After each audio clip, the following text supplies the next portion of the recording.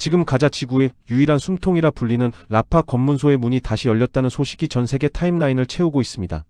누군가는 이제 비극이 끝나는 것이 아니냐고, 드디어 평화의 서막이 열리는 것이 아니냐고 묻습니다. 하지만 실상은 어떻습니까? 검문소 너머로 구호 물자가 들어가고 부상자가 실려나가는 바로 그 시각에도 가자 지구의 하늘에는 여전히 이스라엘 전투기가 날카로운 비행운을 그리며 폭탄을 투하하고 있습니다.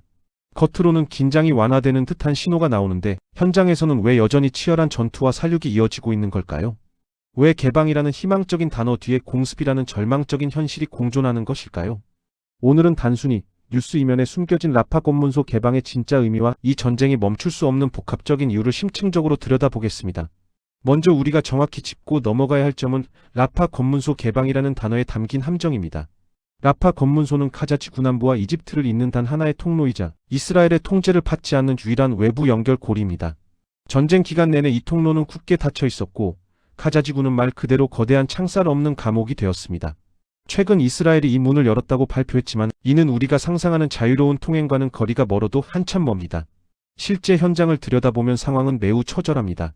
전면 개방이 아니라 철저히 통제된 단계적 부분 운영에 불과합니다. 대규모 인파가 쏟아져 나오는 것이 아니라 하루에 겨우 수십 명, 많아야 소수의 인원이 엄격한 감시 속에 도보로 이동하는 구조입니다. 대상도 극히 제한적입니다. 일반 주민은 아예 꿈도 꿀 수 없습니다.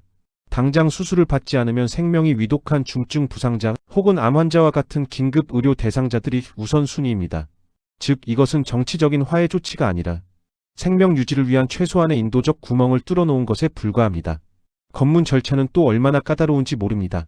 신원 확인부터 보안 검색까지 바늘구멍 통과하기보다 어렵다는 탄식이 쏟아집니다.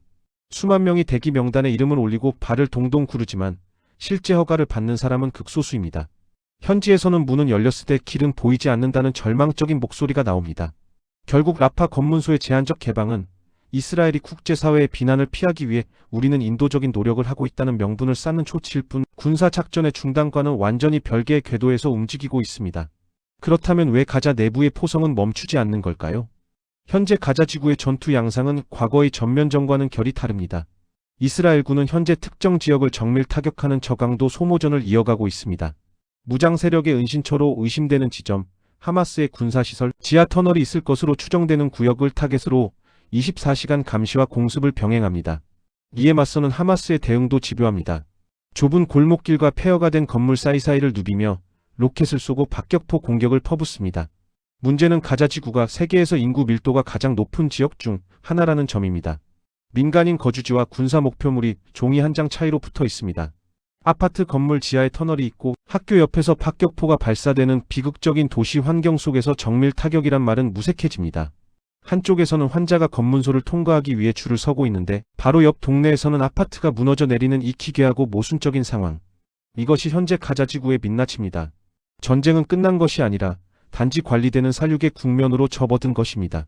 이 비극적인 충돌의 중심에는 하마스라는 조직이 있습니다. 우리는 하마스를 단순히 총을 든 무장 조직으로만 봐서는 안 됩니다. 1987년 돌멩이와 화염병을 들고 탱크를 앞세운 이스라엘군에게 저항했던 팔레스타인 민중의 거센 불길 속에서 하마스가 탄생했습니다. 그때부터 시작된 무장투쟁의 역사가 오늘날 가자지구 교전까지 이어지고 있는 셈입니다. 그때 탄생한 하마스는 팔레스타인 내에서 정치, 종교, 복지를 아우르는 거대 조직이 되었습니다.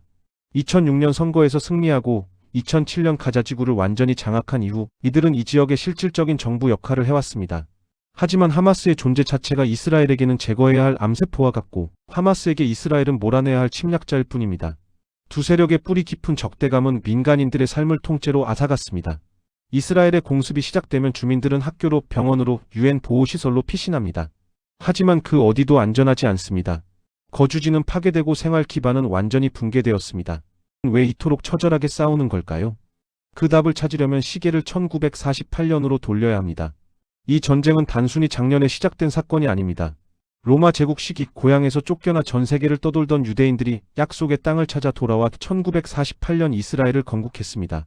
하지만 그 땅에는 이미 수천 년간 아랍인들이 살고 있었습니다. 이스라엘의 건국은 누군가에게는 역사적 회복이었지만 팔레스타인 사람들에게는 나크바 즉 대재앙이었습니다. 이때 쫓겨난 난민들이 가자지구와 서한지구 그리고 요르단과 레바논으로 흩어지며 오늘날 팔레스타인 문제의 뿌리가 되었습니다. 유대인은 조상의 땅을 되찾았다고 말하고 아랍인은 내 집을 빼앗겼다고 외칩니다. 이 근본적인 인식의 격차가 수십 년간 전쟁을 반복하게 만든 원동력이자 지금 이 순간에도 총을 내려놓지 못하게 만드는 저주가 되었습니다. 그런데 이 싸움, 이제는 이스라엘과 하마스만의 문제가 아닙니다. 시야를 넓혀 중동 전체를 보면 훨씬 거대한 판이 보입니다. 이른바 저항의 축이라 불리는 세력들입니다. 레바논의 헤즈볼라, 시리아의 친이란 무장 세력, 예멘의 후티 반군까지. 이들은 모두 이란이라는 거대한 배후와 연결되어 있습니다. 이란은 이들을 통해 이스라엘을 사방에서 압박하며 중동의 패권을 노립니다. 따라서 지금 가자 지구에서 터지는 포탄 한 발은 단순히 국지전의 파편이 아니라 중동 전체의 안보 지형을 흔드는 거대한 파동의 일부입니다. 미국이 지중해 항공모함 전단을 전개한 이유도 바로 여기에 있습니다. 항모가 배치되었다는 것은 직접 전쟁에 참여하겠다는 뜻보다는 이란과 그 주변 세력들에게 선 넘지 마라는 강력한 경고를 보내는 것입니다. 확전을 막고 이란의 군사적 움직임을 억제하며 외교적 협상 테이블에서 이스라엘의 뒤를 받쳐주는 거대한 방패 역할을 하는 것이죠. 동시에 이는 이란 내부의 복잡한 정치 상황과 핵 문제까지 겨냥한 다목적 카드이기도 합니다. 결국 지금 우리가 목격하고 있는 라파 검문소의 개방, 지지부진한 휴전 협상, 그리고 미국의 항모 전개는 하나의 거대한 긴장 관리 프로세스 속에 있습니다. 전쟁이 완전히 끝나는 종전이 아니라 서로가 감당할 수 있는 선에서 충돌의 강도를 조절하는 고도의 정치적 게임이 벌어지고 있는 것입니다. 우리는 냉정해져야 합니다. 검문소가 조금 열렸다고 해서 몇몇 인질이 돌아왔다고 해서 이 오랜 비극이 마침표를 찍을 것이라 낙관하기엔 갈등의 꼴이 너무나 깊습니다.